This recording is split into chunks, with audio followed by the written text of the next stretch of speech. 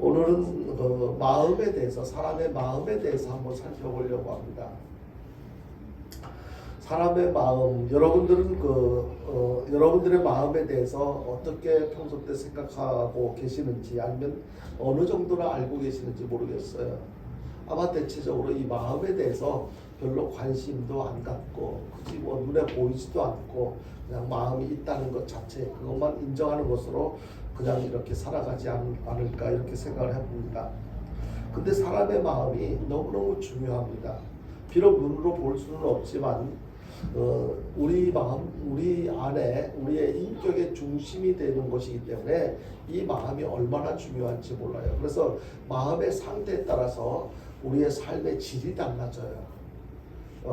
정말로 행복한 삶을 살아갈 수도 있고, 불행한 삶을 살아갈 수도 있고, 그리고 다른 사람들에게 유익한 삶을 살아갈 수도 있고, 또 다른 사람들에게 피해를 주는 삶을 살아갈 수도 있고, 그러니까 마음 상태에 따라서 그런 모든 삶의 내용이 달라지기 때문에 우리의 마음 상태가 어떠냐 하는 것은 너무너무 중요한 거예요.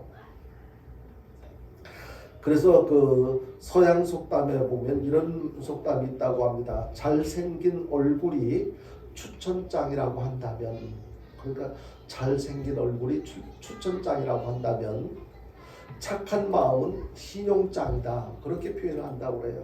어떤 의미인지 여러분들 충분히 이해를 하실 거라고 생각합니다. 잘생긴 얼굴이 추천장이라고 한다면 착한 마음은 신용장이라고 한다.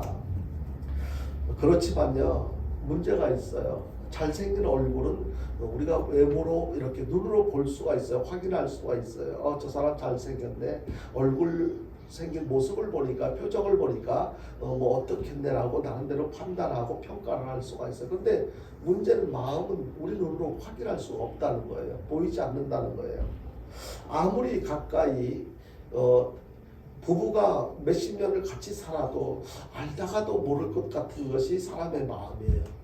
자녀들, 내 뱃속으로 낳은 자식조차도, 또 나를 낳아주신 부모님조차도 내가 우리 부모님 마음은 어떤 마음이야, 또는 내 자식의 마음은 어때, 이렇게 확인할 수 있는, 어떻게 설명할 수 있는 그런 것이 못 된다는 거예요. 왜 그러냐면요, 볼 수가 없잖아요. 이럴 것이다라고 뭐 추측을 할 수가 있지만 사실 그 눈으로 볼 수도 없고, 모양이 어떤지 아니면 색깔은 어떤지, 만약에 마음을 볼 수 있다면 이 세상에 여러 가지 좋은 점도 많을 것이고 또 안 좋은 점도 많겠죠. 그래서 여러 가지 장단점이 있긴 한데, 분명한 것은 마음을 정확하게, 서로의 마음을 알지 못한다는 거예요. 심지어는 내 자신의 마음까지도 내가 제대로 알지 못한다는 거예요. 그래서 좀 오래되긴 했습니다만 대중가요 중에 방주연의 당신의 마음이라는 노래가 있어요. 끝부분의 핵심은 끝부분이에요. 이 가사에 보니까 바닷가 모래밭에 손가락으로 그림을 그립니다. 당신을 그립니다. 아마 사랑하는 사람을 그렸겠지요. 그리고 그리는 내용이 코와 입, 그리고 눈과 귀, 턱 밑에 점 하나까지 그렸는데, 점 하나뿐만 아니라 입가에 미소까지 그렸는데, 마지막 한 가지 못 그린 것은 지금도 알 수 없는 당신의 마음. 그러니까 지금 이 노래를 부른 이 방주연이라고 하는 그 가수는 지금 권사님이라고 해요. 권사님이 되셔가지고 결혼 생활에 굉장히 많은 어려움을 겪었고, 이제 그러다가 이제 남편이 갑자기 죽게 되고, 죽고 난 뒤에 남편이 막 외도를 했던 어떤 그런 사실들을 알고 마음의 상처를 받고 힘들고 어려운 결혼 생활이 지옥 같았던 그런 삶을 살았었는데, 하나님을 만나고 나서 변화되어진 삶을 살고 있고, 지금은 이제 모교회 권사님으로서 이렇게 노래도 하고 찬양 사역도 하고 또 심리 치료도 하고 하는 그런 강사로 이렇게 사역을 하면서 생활하고 있다고 알려지고 있습니다. 근데 그 방주연이라는 가수를 말씀드리려고 하는 것이 아니고, 바로 이 노래의 끝부분에 모든 것을 이렇게 코와 입, 그리고 눈과 귀, 턱 밑에 점 하나, 입가에 미소까지 그렸지만, 이것은 우리가 눈으로 보고 확인하고 느낄 수 있는 부분이잖아요.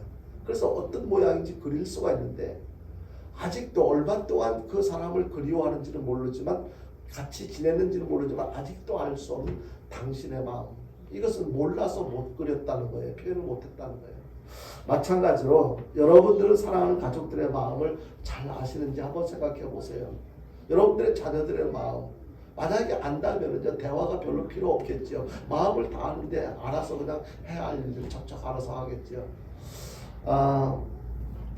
알 것도 같지만 사실은 잘 모르는 것이 사람들의 마음이에요. 오랫동안 함께 살아도 수십 년 동안 같은 이불을 덮고 산 부부라 할지라도 이런 것 같은데 아직도 모르겠어. 그것이 사람의 마음이라는 것입니다. 그런데요, 이렇게 누구도 알 수 없는 그 마음의 상태를 하나님께서는 아신다고 말씀하고 계십니다. 오늘 읽은 본문에서 바로 그 사실을 말씀하고 있는 거예요. 잠언 16장 2절에는 이렇게 말씀하고 있습니다. 잠언 16장 2절을 같이 보겠습니다. 같이 봅니다. 시작.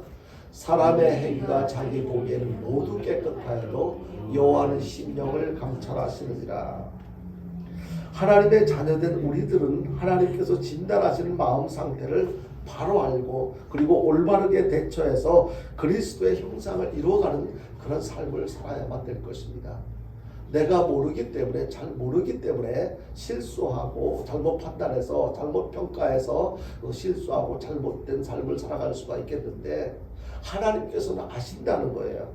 하나님께서는 사람의 행위가 우리가 생각할 때는 이렇게 참 보기에 좋고 옳게 느껴져도 하나님이 보실 때는 그렇지 않은 경우들이 많다는 거예요. 그래서 하나님께서 아시는 사람의 마음 상태가 어떤 마음일까? 이것을 바로 안다면 우리들이 교만하게 실수하지 않고 이렇게 더욱더 사람답게 하나님께서 기뻐하는 삶을 살아갈 수가 있게 될 것입니다. 그렇다면 하나님께서 알고 계시는 우리의 마음은 어떤 마음일까? 우리의 마음을 우리가 알지 못하는 우리의 마음을 하나님께서는 어떻게 판단하고 계시는가? 본문 9절 말씀을 다시 한번 보겠습니다. 오늘 읽은 본문 같이 봅니다. 시작. 만물보다 거짓되고 심히 부패한 것은 마음이라 누가 능히 이를 알리오마는. 여기에 보니까요, 여기에 다른 사람의 마음이 그렇다고 생각하시면 안 돼요.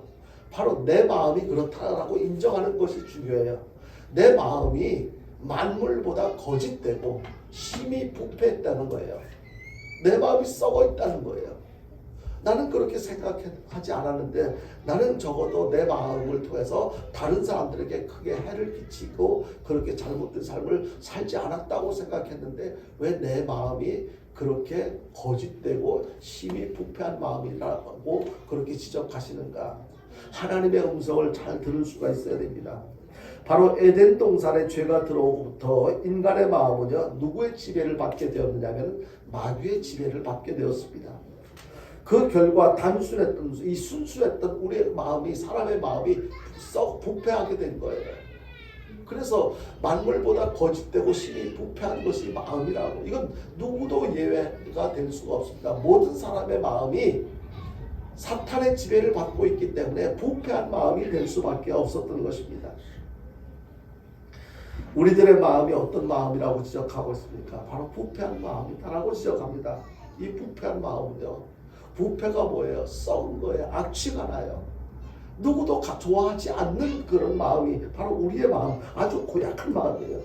이 어떤 마음을 부패한 마음이라고 할 수 있느냐면요, 좀 더 구체적으로 어떤 마음이 그렇다면 부패한 마음이가, 여러분들은 여러분들의 마음이 썩은 마음, 악취가 나는 부패한 마음이라는 것을 인정하고 싶지 않겠지만 구체적인 내용으로 한번 살펴본다면 여러분들은 여러분들의 마음이 어디에 해당되는지 한번 점검해 보시길 바랍니다.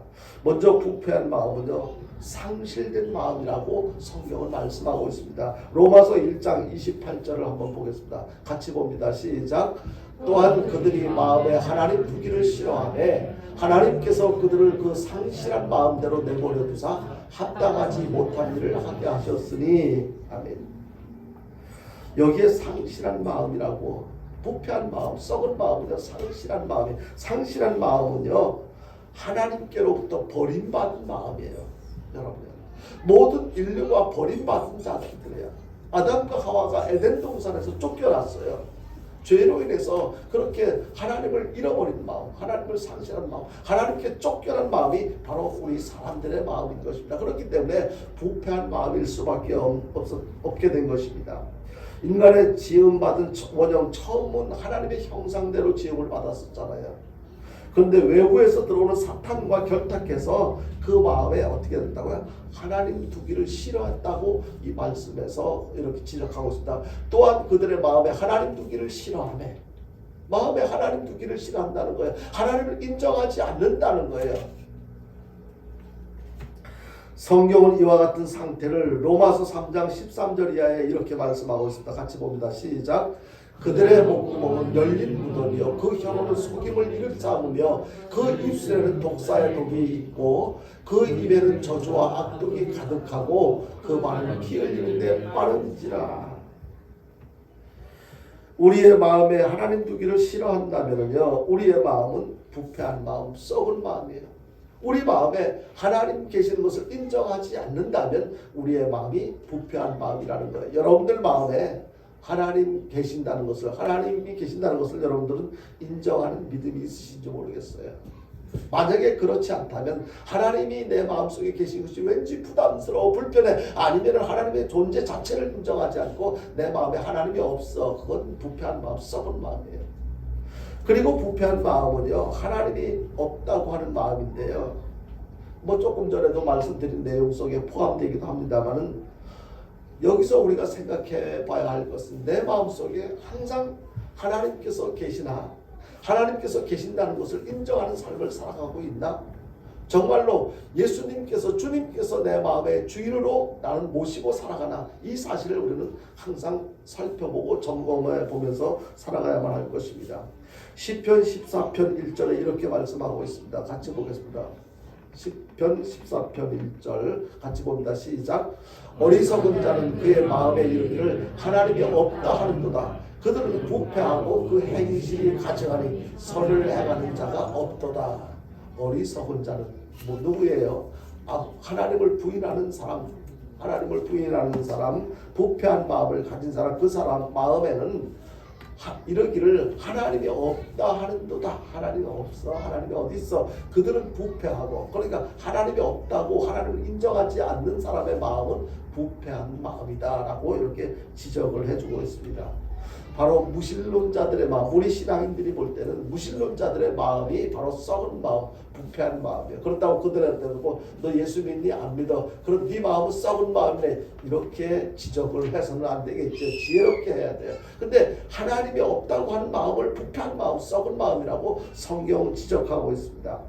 살아계신 하나님을 의식하지 못하는 사람은 그 마음에 감각이 없어요.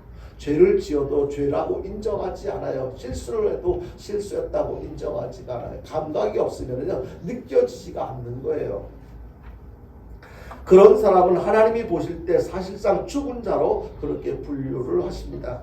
생명의 근원자이신 하나님과의 관계가 단절된 자이기 때문에 하나님 입장에서 살아있는 존재라고 인정할 수가 없습니다. 하나님이 어떤 분이십니까? 하나님은 우주 만물을 창조하신 하나님이십니다. 그래서 모든 것을 사람뿐만 아니고 우주 만물을 창조하신 하나님이시기 때문에 모든 우주 만물, 하나님께로부터 지음받은 만물들은 하나님을 우러러보면서 나름대로 하나님의 영광을 위해서 하나님께 받은 그 본분을 다한 삶을 살아가고 있습니다.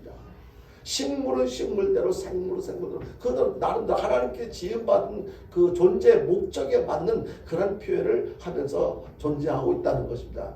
그런데요, 모든 생명을 가진 존재들 중에서 우두머리라고 할 수 있는, 흔히 뭐라고 표현합니까? 만물의 영장이라고 표현되어진 그렇게 지음을 받은 인간이 하나님을 만약에 없다고 한다면 이는 마음이 부패한 증거이고 스스로 자기 존재 자체를 부인하는 것이라고 할 수가 있습니다. 가만 다른 피조물들이 어떻게 표현을 하는지 그것은 우리가 어떤 귀로 듣고 그들의 어떤 존재의 어떤 내용들에 대해서 어떻게 평가할 수는 없지만 하나님께서 지으신 목적대로 지금 존재하고 있다는 거예요. 그런데 사람이 그렇지 않다면 그것은 심각한 문제라고 생각할 수밖에 없는 것입니다. 지금 여러분들의 마음에는 하나님께서 계신지 한번 이렇게 다시 한번 생각해 보십시오. 하나님께서 정말로 내 마음 속에, 내 안에, 내 마음에 하나님이 계시나?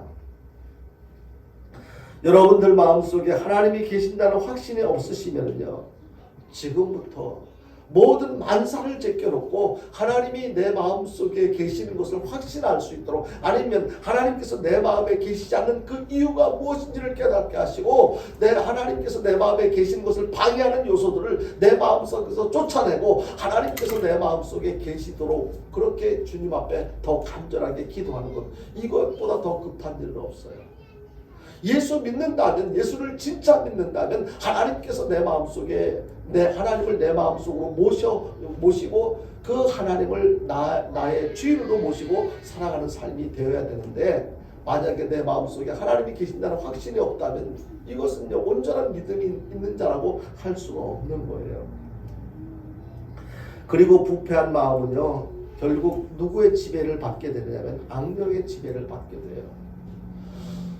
하나님의 마음을 갖고 살아가는 사람은, 하나님의 마음을 갖고 살아가는, 그 순수한 마음을 갖고 살아가는 사람은 언제든지 하나님께서 하시는 음성을 귀담아 듣고 그 말씀대로 순종하며 살지만, 우리 마음은 이미 악령에 의해서 이렇게 지배를 당하고 있기 때문에 악령이 요구하는 대로 생각하게 되고 말하게 되고 행동하게 되는 거예요. 사람의 마음에 하나님께 주인의 자리를 내어드리지 못하는 경우에 지체 없이 마귀의 지배를 받게 된다는 것, 이건 예외가 없어요. 중간이 없어요. 그러니까 내가 하나님의 자녀로 살아가는 것 같지만 나는 믿음이 있는 자로 생각을 하고 있었는데도 불구하고 정말 내 마음속에 하나님이 계신다는 것을 확신하지 못한다면 여전히 마귀의 지배를 받고 있는 거예요. 모양은 성도인 것처럼 보여지긴 하지만 실제로는 성도의 삶을 살아가지 못한다는 거예요. 마태복음 12장 43절에서 이렇게 말씀하고 있습니다. 이런 내용이 있습니다. 같이 보겠습니다. 시작. 더러운 귀신이 사람에게서 나갔을 때에 물 없는 곳으로 다니며 쉬기를 구하되 쉴 곳을 얻지 못하고 이에 이르되 내가 나온 내 집으로 돌아가리라 하고 와 보니 그 집이 비고 청소되고 수리되었거늘 이에 가서 저보다 더 악한 귀신 7을 데리고 들어가서 보아니 그 사람의 낮은 형편이 전보다 더욱 심하게 되느니라. 이 악한 세대가 또한 이렇게 되느니라. 나도 모르는 사이에 내가 지금까지 내 마음속에 하나님을 모시고 하나님의 지배를 받고 살지 못했다면 우리는 악한 영들에 의해서 지배를 받고 살았고, 어느 때인가 깨닫고 하나님, 내가 더 이상 악한 영에 의해서 지배당하면 안 되겠습니다. 그렇게 되지 않도록 그 악한 영을 내 마음속에서 물리쳐 주시고 성령 하나님의 지배를 받게 해주십시오. 간절하게 기도하고 믿음이 뜨거울 때는 악한 영이 도망갔어요. 그 뜨거운 기도 또 성령님의 도우심으로 악한 영이 내 마음속에서 또 도망갔는데, 근데 한참 있다 보니까 뭐라고 해요? 다시 내 마음속에서 떠나갔던 악한 영이 여기저기 돌아다니다가 머물 곳이 없어 다시 와보니까 내가 머물기 더 좋은 그런 모습으로 이렇게 수리가 되어져 있더라. 그래서 다른 악한 영들까지 더 데려가서 오히려 예전보다 더 심한 모습으로, 잘못된 모습으로 전락한 그런 내용을 소개하고 있는 것입니다. 에베소 2장 2절에는 이렇게 설명을 하고 있습니다. 에베소 2장 2절입니다. 같이 봅니다. 시작. 그때 너희는 그 가운데서 행하여 이 세상 풍조를 따르고 공중의 권세 잡은 자를 따랐으니 곧 지금 불순종의 아들들 가운데서 역사하는 영이라. 결국에 우리가 하나님의 말씀대로 살지 않고 세상 풍조를 따라서 그 유행 따라서 그렇게 거기에 마음 빼앗기고 악령에 의해서 지배를 당하면서 그 세상에 마음 빼앗기고 살아갈 때 결과적으로 내 마음속에 내 마음이 썩은 마음, 부패한 마음이 계속 지속되고 있다는 것을 확인할 수가 있는 것입니다. 여러분이요, 성경에서 소개되어지고 있는 많은 사람들 가운데서도 처음에는 성령 하나님의 영으로 순수한 마음으로 살다가 나중에 그 마음속에 성령이 떠나가고 악령의 지배를 받았던 대표적인 인물 중에 한 사람이 사울이었잖아요. 사울도 처음에는요, 그 마음에 성령이 떠나가고 성령이 떠난 그 마음을 악신이 지배하게 되니까 건전한 사고를 잃어버리고 마귀가 충동하는 대로 그렇게 막 살다가 결국에는 비참한 최후를 맞이하게 되는 것을 성경을 통해서 보게 됩니다. 여기서 우리가 깨닫게 되는 것은요, 악령의 지배를 받게 되면은요, 사람이 자기 의지와는 상관없이 그렇게 그냥 잘못된 행동을 하게 돼요. 저는 어렸을 때 그 할머니한테 이 신앙과 상관없이 그 할머니하고 같은 방을 써서 같이 이야기 나눌 기회가 많이 있었는데, 할머니가 그런 얘기를 하더라고요. 어떤 사람은 자다 말고 벌떡 일어나가지고 온 산속을 헤매다가 그냥 다 여기저기 찢기고 나서 집에 들어오는 사람이 있다. 그 사람이 뭐 어느 마을에 누구누구다, 누구가 그랬었다, 이런 얘기를 들을 때 이해가 안 되지더라고요. 그때는 지금처럼 이렇게 전기불이 이렇게 환하게 밝혀지거나 그런 시대가 아니었잖아요. 깜깜한 어두운데 왜 자다 말고 일어나가지고 막 이렇게 산속을 헤매고 가시에 긁히고 찔리고 그렇게 상처를 내고 그렇게 돌아올까? 왜 그럴까? 그때는 이해를 못했어요. 근데요, 그게 자기의 의지로 그렇게 했겠습니까? 악령의 지배를 받으니까 자기 스스로 어떻게 할 수 없을 만큼 자기가 악령이 이끄는 대로, 요구하는 대로 그렇게 비참한 삶을 살 수밖에 없었던 것입니다. 마태복음 17장 14절 이하에도 보면은요, 간질병에 걸린 아들을 데리고 예수님께 찾아온 사람이 귀신이 그 아이를 불에도 넘어지게 하고 또 때로는 물에도 넘어지게 한다고 그렇게 설명을 하고 있습니다. 그러니까 자기 아들이 귀신에 들렸다라는 것을 알아요. 근데 그런 아들이 귀신에 들렸지만 악령에 지금 지배를 받고 있지만 자기로서는 어떻게 할 수가 없어요. 그래서 예수님께로 데리고 오면 예수님께서 그 귀신을 쫓아내 주지 않을까라고 기대하고 왔는데, 마침 예수님께서는 산에 기도하러 가셨고 밑에서 제자들은 그것을 예수님께서 평소 때 귀신을 쫓아내고 질병을 고쳐주던 것을 흉내를 내봤지만 그 귀신을 쫓아낼 수가 없었어요. 그래서 나중에 예수님께서 오셔서 그 모습을 보시고 믿음이 없는 자들이라고 제자들을 책망하시면서 결국 예수님께서 그 귀신을 쫓아내 주시는 장면을 여러분들은 기억하실 거예요. 우리의 마음도 역시 악령에게 지배를 당하지 않도록 항상 하나님께 주인의 자리를 내어드리고, 이 악령이 내 마음에 들어오지 못하도록, 틈타지 못하도록 항상 깨어 기도하는 생활을 계속해야 될 줄로 여러분들 믿으시길 바랍니다. 그렇다면 이렇게 부패한 마음이 있는가 하면요, 부패한 마음에서 다시 순수한 마음으로, 어떤 순수한 마음입니까? 하나님의 형상을 담은 순수한 마음으로 회복된 마음이 있다는 거예요. 바로 저와 여러분들의 마음이 그런 마음이 되어질 수 있게 되기를 주님의 이름으로 축원드립니다. 이 기독교의 복음은 바로 이 죄로 말미암아 부패한 심령을 소생시키는 것이 기독교 복음의 핵심이에요.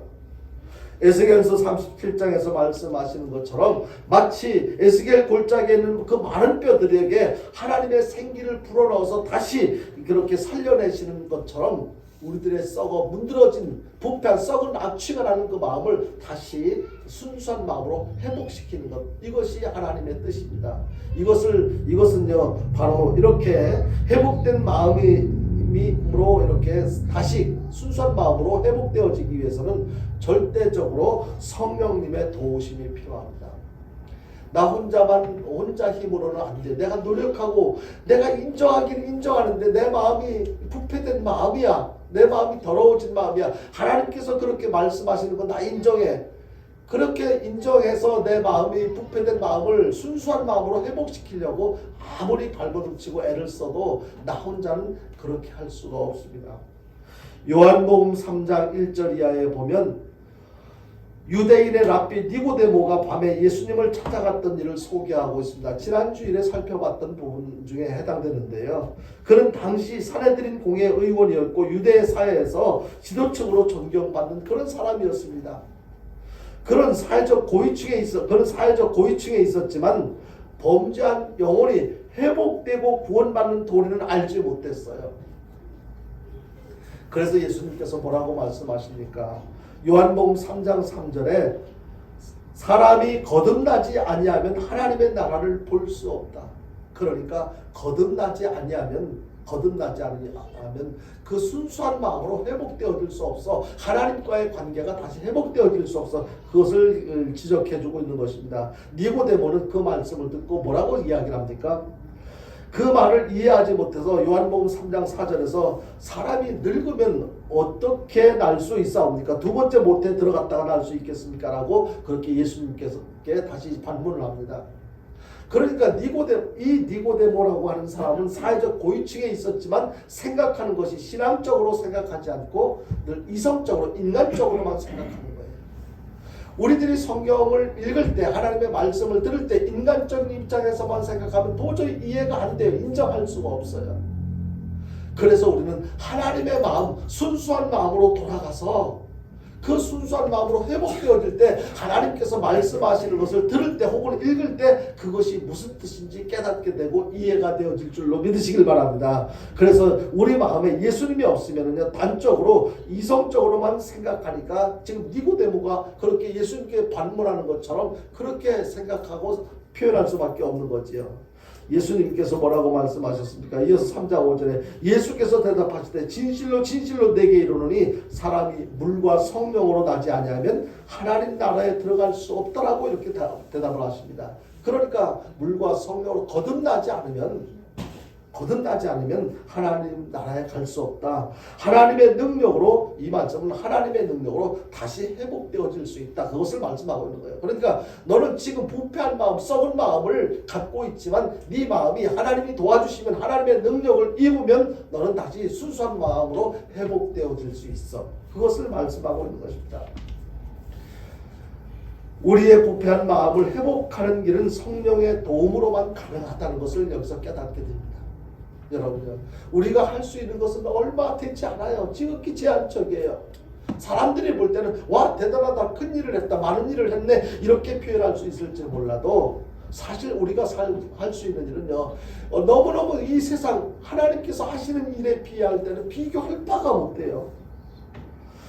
그래서 우리는요 우리 마음조차도 그 순수한 마음으로 회복시킬 수 있는 능력이 우리에게는 없습니다. 그래서 성령 하나님께서 도우심으로만 이것이 가능한 거예요. 그래서 우리의 부패한 마음을 하나님께서 회복시켜 달라고 더 열심히 기도해야만 되는 것입니다. 그리고 회복된 마음이 되기 위해서는요 반드시 거쳐야 할 과정이 있는데 이것은 뭐냐면요 회개하는 과정이에요. 오순절에 베드로의 설교를 듣고 많은 사람들이 어떤 반응을 보였습니까? 베드로의 설교를 듣고 형제여 우리가 어찌할꼬 땅을 찌며 탄식하면서 그렇게 외쳤어요. 우리가 어찌할꼬? 베드로를 통해서 설교를 듣고 나니까 내가 죄인인 것을 깨닫게 되었어요. 어찌할 바를 알지 못해서 우리가 어찌할꼬라고 탄식을 합니다. 그때 베드로가 사도행전 2장 38절에서 이렇게 이야기를 합니다. 너희가 회개하여 각각 예수 그리스도의 이름으로 세례를 받고 죄사함을 받으라고 그렇게 말씀을 합니다. 회개하라고. 너희들이 어찌할 거 하고 탄식할 때 다른 거 하라고 이야기하는 것이 아니라 회개하라고 그렇게 베드로는 외칩니다. 우리가 해야 할 일들이 많이 있겠지만 우리가 순수한 마음으로 회복하는 것이 중요하다고 인정한다면 그렇게 해야 된다고 어느 사실을 인정한다면 우리는 무엇을 먼저 해야 된다고요? 회개를 해야 돼요. 왜냐하면 성령의 도움을 받아야 되는데 성령의 도움을 받기 위해서는 성령은 누구의 마음에 어떤 사람의 마음에 오시느냐면 거룩한 마음으로 회복되어진 깨끗한 마음을 소유한 사람의 마음속에 성령이 임하시기 때문에 우리가 회개를 통해서 우리의 마음을 깨끗하게 먼저 만드는 것이 우리에게 선행되어져야 되는 것입니다. 내가 거룩하니 너희도 거룩하라고 하나님께서 말씀하셨습니다. 성령은 거룩한 영입니다. 성령님의 도우심이 없이는 우리가 부패한 마음이 깨끗한 마음으로 순수한 마음으로 회복되어질 수가 없습니다. 그래서 우리는요 먼저 깨끗한 마음으로 되어지기 위해서 회개의 기도를 먼저 드리는 것이 선행되어져야만 하는 것입니다. 그렇게 진심으로 회개해서 부패한 마음으로 회복하고 살아가는 저와 여러분들 될 수 있기를 바랍니다. 그리고 회개하고 성령의 도우심으로 받아 회복된 마음에는요 어떤 마음이라고 표현할 수 있느냐면 그리스도와 연합한 마음이라고 말할 수가 있습니다. 그러니까 이제는 나 혼자가 아니고 회개해서 성령을 받기 전에는 나 혼자 살았습니다. 내 마음대로 무엇을 생각하고 하려고 몸부림을 쳤습니다. 잘된 것이 없었습니다. 그런데 회개하고 성령을 받고 나니까 하나님과 연합한 자가 되어진 것입니다. 다시 말씀드리지만 회복된 마음으로 거듭난 사람은요 그 속에 예수님을 주인으로 모시고 살아가는 자를 말하는데요 내가 주인 되어 살아갔을 때는 항상 그 속에 세상의 온갖 정욕과 탐심으로 가득 차 있었어요. 더 많이 갖고 싶고 더 좋은 것을 갖고 싶고 더 높은 곳에 올라가고 싶고 많은 사람들에게 인정받고 칭찬받고 싶은 그런 정욕으로 가득 차 있었는데 이제 내가 주인의 자리를 주님께 내려놓으니까 그 모든 것들이 헛되었다라는 것을 비로소 깨닫게 됩니다. 예수님을 주인으로 모시고부터는 예수님의 마음으로 밝고 깨끗한 삶을 살아갈 수가 있게 되는데요.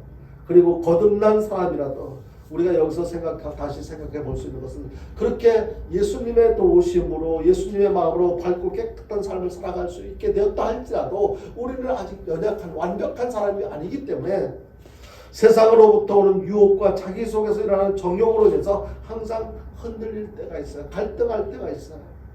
한 번 예수 믿고 구원받았다고 해서 하나님 품에 안길 때까지 그 신앙이 계속 유지되는 것이 아니에요.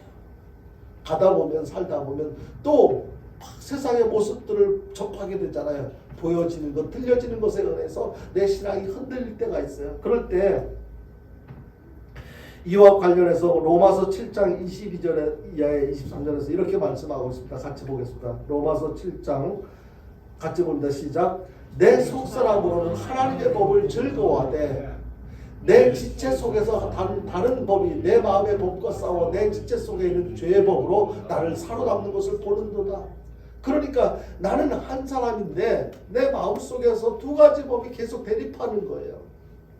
많이 힘들겠죠, 여러분요. 그런데 그렇게 힘들고 어려운 상황 속에서도 우리는 믿음을 지켜 흔들림 없이 살아갈 수가 있어요. 그렇게 살아갈 수 있는 이유가 무엇이냐면요. 누가복음 22장 31절 이하에서 이렇게 말씀하고 있습니다. 같이 봅니다. 시작. 시몬아 시몬아 보라 사탄이 너희를 밀가부르듯 하려고 요구하였으나 그러나 내가 너를 위하여 내 믿음이 떨어지지 않기를 기도하였느니 너는 돌이킨 후에 내 형제를 굳게 하라. 그러니까 나는 연약해져서 자꾸 갈등하고 흔들리는데 내 마음이 요동치고 있는데 그럼에도 불구하고 흔들리지 않고 믿음이 유지될 수 있었던 것은 누군가 내가 마음이 지쳐서 기도할 수 없을 때 힘들어할 때 누군가 나를 위해서 기도하시는 분이 계신데 그분이 주님께서 나를 위해서 기도해주고 계신다는 거예요. 그렇기 때문에 내 믿음이 완전히 사라지지 않고 끝까지 그래도 때로는 실족할 때도 있지만 다시 하나님을 바라보게 되고 일어설 수가 있게 되는 것입니다. 결과적으로 여기서 무엇을 깨닫게 됩니까? 나 혼자서는 안 된다는 거예요. 주님이 지금 나를 도와주고 계신다는 것. 끝까지 주님이 나를 도와줄 수 있도록 우리는 주님의 도움을 사모하며 요청하는 그런 기도를 해야 될 것입니다. 자, 그리고 회복된 마음으로는요, 이렇게 마음이 회복되어졌다면 주님의 도우심을 받고 살아간다면 이 회복된 마음은요 행동으로 그 회복된 마음을 실천하며 살아가는 그런 모습이 되는 것입니다. 다시 말해서 회복된 마음으로 살아가는 삶의 현상이 삶을 통해서 나타난다는 거예요. 부패한 마음은 영적 감각이 없기 때문에 육체의 욕심대로 살아가지만 그런데 마음이 회복된 사람이라도 마음은 원이로다 육신이 약하도다 많이들 그렇게 주장을 하잖아요. 성경에도 그렇게 기록되어져 있고요. 그래서 우리가 하나님 말씀대로 순종하며 살지 못할 때 어떻게 합니까? 나는 마음은 원하는데 육신이 약해서 어쩔 수 없이 또 그렇게 해서 그러면서 합리화시키기도 하고요. 그런데요,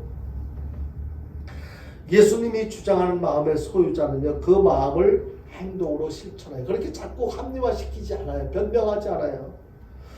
왜 그러냐면요, 내 마음을 이제는 악령이 지배했던 내 마음을 성령이 지배하고 있기 때문에 육신적으로는 갈등을 할 때도 있지만 내 마음을 지금 주장하고 이끌어가는 그 힘은 바로 성령의 힘이기 때문에 그렇게 심하게 동요하지 않고 믿음을 지켜갈 수 있게 된다는 것입니다.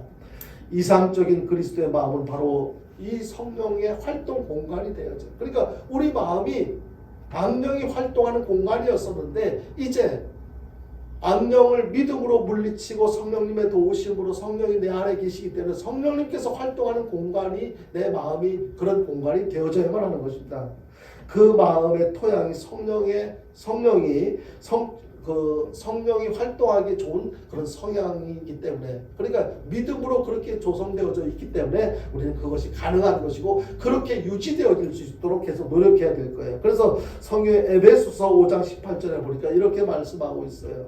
술 취하지 말라. 이는 방탕한 것이니 오직 성령으로 충만함을 받으라라고 그렇게 말씀하고 있습니다. 그러니까요, 술 취하고 방탕함 같이 그 마음의 상태가 불결하고 초악하게 되면요, 성령은 소멸된다. 성령이 어떤 역할을 하지 않는다. 떠나간다. 사울에게서 성령이 떠나갔던 것처럼 우리도 계속해서 순간순간 흔들릴 때마다 정신 차리고 다시 하나님을 바라보고, 성령님 내 안에서 머물러 계시고 내 안을 지배해 주세요. 주장해 주세요. 통치해 주세요. 계속 성령님을 붙잡는 그런 삶을 살아야 되는데, 그렇지 않고 여전히 계속해서 세상에 하나님께서 그런 사인을 주시는데도 불구하고 깨닫지 못하고 세상에 많은 마음을 빼앗기고 그렇게 살아간다면 결국에 성령님께서 내 마음에서 떠나가시게 된다는 거예요. 여러분요, 우리 마음에 성령의 지배를 받고 살아가는 것, 이건 너무너무 중요한 거예요. 항상 하나님을 찬양하고 하나님 앞에 기도하고 하나님 말씀대로 순종하며 살려고 노력하고 애쓰는 사람들 마음속에는 항상 성령님께서 머물러 계시고 활동을 하실 줄로 믿으시길 바랍니다. 여러분, 성령이 내 마음을 통치하시도록 그렇게 살아가야 돼요. 그리고 행동으로 실천하는 사람은요, 그리스도의 삶을 살아가는데요, 예수님의 사람은 세상에서 자기를 부인하고 자기 십자가를 지고 하는 삶을 살아간다고 성경 말씀을 통해서 이렇게 깨닫게 됩니다. 이와 같은 삶은요, 그리스도의 마음을 가진 사람만 자기를 부인하고 자기 십자가를 지고 주님을 따르는 삶을 살아갈 수가 있습니다. 그런데요, 예수님께서 마태복음 11장 29절에서 뭐라고 말씀하시는지 한번 보겠습니다. 같이 봅니다. 시작. 나는 마음이 온유하고 겸손하니 나의 멍에를 메고 내게 배우라. 그리하면 너희 마음이 쉼을 얻으리라. 여기에서요, 나는 마음이 온유하고 겸손하니, 그러니까 예수님의 마음이 온유하고 겸손한 마음이래요. 그렇다면 우리도 예수님의 이런 마음을 닮아야 되잖아요. 예수님의 마음이 온유하고 겸손한 마음은요, 이거 순수한 마음이에요. 때가 묻지 않은 마음이에요. 불순물이 섞이지 않은, 하나님께서 처음 창조하실 때 그때 그 마음을 이야기하는 거예요. 내 마음은 온유하고 겸손하니 나의 멍에를 메고 내게 배우라. 이 말씀, 이것은요, 우리가 예수님을 믿고 예수님의 계명을 지키며 살아가라는 거예요. 항상 그렇게 이제 순수한 마음으로 돌이켰다면, 순수한 마음으로 회복되어졌다면 예수님 마음을 가지고 하나님께서 말씀하신 대로 그대로 순종하는 삶을 살아가야 한다는 거예요. 어느 때나 그리스도의 성숙된 믿음은요, 그 삶을 통해서 증명되는 법인데요, 이와 관련해서 야고보서 2장 22절에서 이렇게 말씀하고 있습니다. 같이 봅니다. 야고보서 2장 22절입니다. 내가 보거니와 믿음이 그의 행함과 함께 일하고 행함으로 믿음이 온전하게 되었느니라. 여러분요, 정말로 내 마음이 순수한 마음으로 변화되어져야 되는데, 이제 그렇게 변화되어질 필요성을 알고 기도해서 하나님의 도우심으로 변화되어져서 순수한 마음이 되어졌다면요, 이제는 하나님 말씀대로 순종하는 그 실천을, 말씀대로 실천하는 그런 삶을 살아가는 것이 중요한 것입니다. 마지막으로요, 행동으로 실천하는 사람은요, 어떤 삶으로 이렇게 증거로 나타나냐면요, 그리스도를 증거하는 증인의 삶을 살아가게 됩니다. 마태복음 13장 18절에 보니까 사람의 마음을 밭에 비유해서 설명하고 있는 그런 내용을 소개하고 있습니다. 여기서 표현하는 길가 밭이나 흙이 얕은 돌밭은 그것은 부패한 밭이라고 그렇게 말할 수가 있습니다. 안타깝게도 거듭난 사람의 마음이라도 가시가 우거진 밭과 같이 열매를 못 맺는 경우도 있어요. 그러니까 조금 전에 부패한 마음의 밭에는 열매를 기대할 수가 없는데, 거듭난 사람의 마음의 밭이라 하더라도 이렇게 가시의 나무의 그늘에 가려져 가지고 열매를 맺지 못하는, 그러니까 세상 여러 가지 것들에 의해서 가려져 가지고 나를 통해서 변화된, 순수한 마음으로 변화되어진 나의 삶을 통해서 열매가 맺혀져야 되는데, 세상적인 것들에 의해서 열매를 맺지 못하는 그런 경우도 있다는 것입니다. 성경에서 좋은 땅으로 표현되는 밭은 무엇을 이야기합니까? 바로 성령이 지배하는 그런 밭인데요. 이것을 옥토라고 성경을 표현하고 있습니다. 그 옥토가 그냥 흙이 좋아서 자갈밭이 없어서 그것을 옥토라고 하는 것이 아니고, 여기서 우리에게 주어지는 그 교훈은 바로 성령이 지배하는 마음의 밭, 이것이 바로 옥토라는 거예요. 그러니까 아무리 세상 지식을 갖다가 넣고 뭐 내가 막 수련을 하고 막 이래가지고 옥토를 만들려, 그것 가지고는 옥토가 되어지지 않고 성령의 지배를 받게 될 때 우리의 마음이 옥토가 되어질 줄로 믿으시길 바랍니다. 예수님께서는 사람이 그 마음의 상태에 따라서 선한 열매도 내고 악한 열매도 낸다고 그랬어요. 보니까 갈라디아서 5장 22절 이하에서 그 성령의 9가지, 내가 정말로 내 마음이 순수한 마음으로 옥토로 바뀌어졌다면 거기서 자연스럽게 무엇이 맺혀져야 되겠어? 성령의 열매가 성경에서 이야기하고 있는 9가지 열매들이 내 삶을 통해서 맺혀져야 된다는 거죠. 그러니까 내 삶을 통해서 어떤 열매입니까? 그 9가지, 성령의 9가지, 사랑과 희락과 화평과 인내와 자비와 양성과 충성, 온유, 절제, 이런 것들이 내 삶을 통해서 이제는 맺혀지게 된다는 거죠. 그것이, 그런 열매가 맺혀지는 것을 통해서 내 마음이 이제는 부패한 마음이 아니고 순수한 마음으로 회복되어졌구나. 내가 악령에 의해서 내 마음이 지배받는 것이 아니라 성령의 지배를 받고 있구나. 스스로도 이렇게 판단할 수가 있게 될 것입니다. 회복된 마음 속에 하나님의 말씀을 즐거워하며 언제나 그 말씀을 사모하는 사람은 시냇가에 심겨진 나무처럼 사시사철 풍성한 과실을 맺으며 만사가 힘통하는 그런 삶을 경험하며 살아갈 수가 있게 될 것입니다. 이제 말씀을 맺습니다. 우리들은 더 이상요 부패한 마음으로 악령의 지배를 받고 살아서는 안 될 것입니다. 그래야 되잖아요. 이제 지금 나도 모르게 내가 악령의 지배를 받고 살아온 줄도 모르고 살아왔지만 이제는 알았으니까 나는 그냥 예수 믿으니까 천국 간다고만 생각했었는데 여전히 내가 악령의 지배를 받고 구원받은 자답게 그렇게 살지 못하고 순수한 마음으로 회복되지 못하고 그렇게 부패된 썩은 마음으로 지금까지 살아왔네. 이것을 깨닫고 회복된 마음으로 우리가 살아야 되는데 어떻게 해야 된다고 말씀드렸습니까? 회개하고 하나님과 연합할 때 회복된 마음으로 살 수 있다고 말씀드렸습니다. 회복된 마음을 통해서 성령의 지배를 받고 그리스도의 삶을 행동으로 실천하며 살아가는 저와 여러분들이 되어야만 할 것입니다. 특히 회복된 마음으로 쉬지 않고 복음을 증거하는 삶을 실천하며 살아가는 저와 여러분들 될 수 있게 되기를 주님의 이름으로 축원드립니다. 우리 찬송 부르고 기도할 텐데요.